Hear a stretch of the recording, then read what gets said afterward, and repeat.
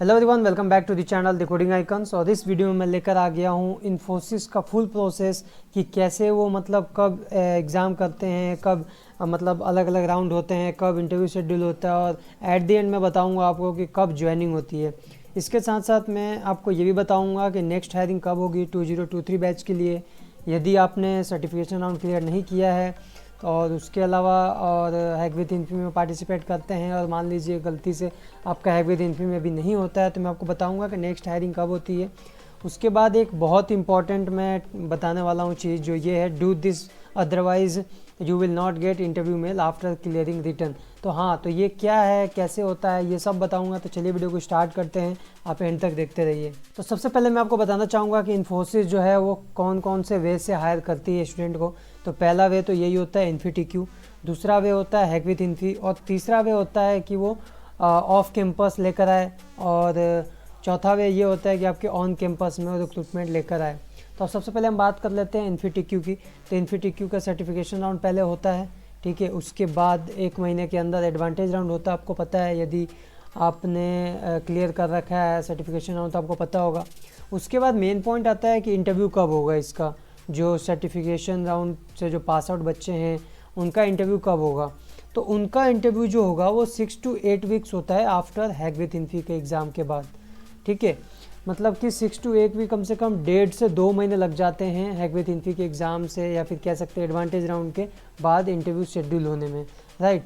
अब हम बात कर लेते हैं कि एडवांटेज राउंड जो हो गया इसका रिजल्ट कब आता है। तो इसका रिजल्ट आने में भी अराउंड 1 मंथ से ज़्यादा ही लगता है, कम नहीं लगता है इससे, ठीक है। और इसके बाद बात करते हैं कि एडवांटेज राउंड का जो रिज़ल्ट होगा उसके बेसिस पे इंटरव्यू जो शेड्यूल होगा वो कब होगा। तो जैसे मैंने आपको बताया कि 1 महीने बाद 40 दिन बाद आपका रिज़ल्ट आएगा एडवांटेज राउंड का। उसके बाद आपका इंटरव्यू शेड्यूल होगा, उसके लिए भी आपको कम से कम 15 दिन लग जाएंगे रिज़ल्ट आने के बाद इंटरव्यू शेड्यूल होने में, राइट। तो मान लीजिए आपका इंटरव्यू शेड्यूल हो जाता है, उसके बाद कम से कम आपको 1 महीना, मतलब कि 30 से 40 दिन वो भी लगता है, रिज़ल्ट आने में भी लगता है, ठीक है। तो सपोज़ कीजिए कि मार्च में आपका एडवांटेज राउंड हो रहा है और अप्रैल के मिड में आपके पास रिज़ल्ट आ रहा है, तो मई में या फिर मई के हाफ में आपका इंटरव्यू होगा। उसके बाद जुलाई तक आपका रिज़ल्ट आ जाएगा इंटरव्यू का, ठीक है। जुलाई तक रिज़ल्ट आएगा इसका। देखिए कितना लेट प्रोसेस होता है। ये मैं कुछ पिछले साल के जो स्टेटिस्टिक्स है उनको देख के बता रहा हूँ कि जुलाई तक आपका इंटरव्यू का रिज़ल्ट आएगा। उसके बाद बात करते हैं कि ज्वाइनिंग कब होती है। तो ज्वाइनिंग जैसे मैंने यहाँ पे देख सकते हैं लिखा हुआ है आफ्टर 1 ईयर। तो जी हाँ, जब आपका ग्रेजुएशन कंप्लीट होगा, मतलब कि अभी आप क्लियर करते हैं जुलाई में, और नेक्स्ट 2023 के अगस्त में आपकी ज्वाइनिंग होती है, ठीक है। तो देखिए कितना मतलब लेट, अराउंड 12 से 13 महीने लेट होती है ज्वाइनिंग इसकी। आप यदि क्लियर करते हैं एग्ज़ाम, उसके बाद इंटरव्यू क्लियर करते हैं, उसके बाद 12 से 13 महीने लग जाते हैं क्लियर ज्वाइनिंग होने में। तो मतलब बहुत ज़्यादा लेट होता है। इसकी वजह से क्या करते हैं बच्चे, दूसरी कंपनीज़ में ट्राई करते हैं और उन कंपनीज़ में हो जाता है तो इन्फोसिस को छोड़ के उन कंपनी में ज्वाइन कर लेते हैं। मान लीजिए 90 बच्चों ने क्लियर किया पूरा इन्फोसिस, उसके बाद उसमें से सिर्फ 30 या 35 ही बच्चे होते हैं जो इन्फोसिस में जाते हैं, बाकी नहीं जाते लोग, ठीक है। क्यों? क्योंकि इनका ज्वाइनिंग इतना लेट होता है, तब तक दूसरी कंपनी आके चली जाती है, अच्छी अच्छी कंपनी। तो मतलब कि आपको भी इसका ध्यान रखना है कि कब ज्वाइनिंग करना चाहिए हमको इन्फोसिस में या फिर नहीं करना चाहिए, ये सब आपके ऊपर डिपेंड करता है। अब जो दूसरे टाइप की हायरिंग होती है वो हैक विद इन्फी होती है। आपको पता है हैक विद इन्फी 3 आवर का कंटेस्ट होता है और उससे हायरिंग होती है। उसके भी रिज़ल्ट जो है एडवांटेज राउंड के साथ ही आता है। उसके बाद सेम प्रोसेस होता है, जुलाई में जून में उसका इंटरव्यू होगा, फिर जुलाई के मिड में आपका रिज़ल्ट आएगा। और इसकी भी ज्वाइनिंग कब होगी, नेक्स्ट 2023 में अगस्त में ज्वाइनिंग होगी, जब ग्रेजुएशन आपका कंप्लीट हो चुका होगा। मतलब कि आप देख सकते हैं कि यहाँ पे कितना लेट हो रहा है इनकी ज्वाइनिंग, बहुत ज़्यादा लेट करवाते हैं।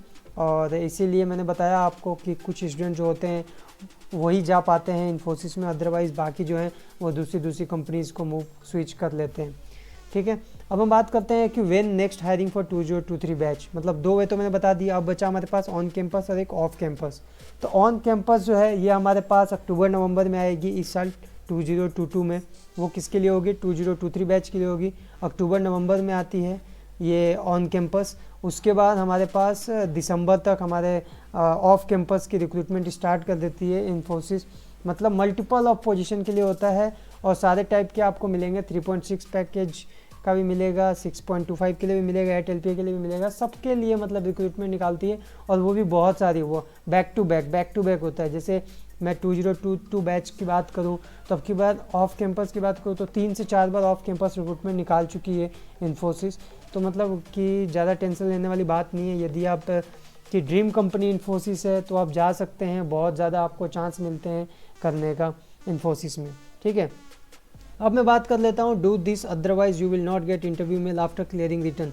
मतलब कि 2022 में मेरे बहुत सारे जूनियर्स थे, उन्होंने क्या किया कि एग्ज़ाम तो दे दिया उन्होंने, उसके बाद उनके पास एक सर्वे मेल आता है, ठीक है। यदि सर्वे मेल आप फिल नहीं करते हैं तो आपके पास इंटरव्यू का मेल नहीं आएगा।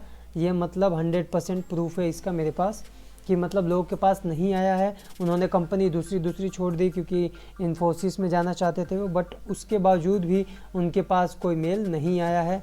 किसके रिगार्डिंग? टेक्निकल इंटरव्यू और HR इंटरव्यू के रिगार्डिंग मतलब मेल नहीं आया है। और उनको क्या बोला गया कि आपने फॉर्म फिल नहीं किया है, इसीलिए आपका मेल और टेक्निकल के लिए नहीं भेजा गया है और आपका इंटरव्यू नहीं होगा, आप डिस्क्वालीफाई हो चुके हैं। तो आप ऐसी गलती मत करना, ठीक है।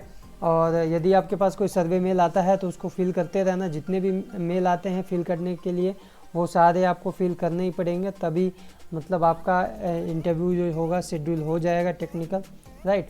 अब हम बात कर लेते हैं कि क्या टेक्निकल और HR साथ में ही होता है क्या इन्फोसिस का? तो जी हाँ, अब की बार तो और 2021 में और 2022 में तो मतलब साथ में ही हुआ है। एक ही मतलब कभी 2 पैनल में लोग हैं, कभी 3 हैं, कभी 1 है, और वही सारे इंटरव्यू लेते हैं। जैसे कि टेक्निकल भी लेते हैं वही, HR भी लेते हैं वही, तो मतलब सारे टाइप के क्वेश्चन वही पूछते हैं। तो ये थोड़ा सा क्या होता है कि ईजी हो जाता है स्टूडेंट के लिए, क्योंकि मतलब बहुत सारे इंटरव्यू नहीं देने पड़ते उनको।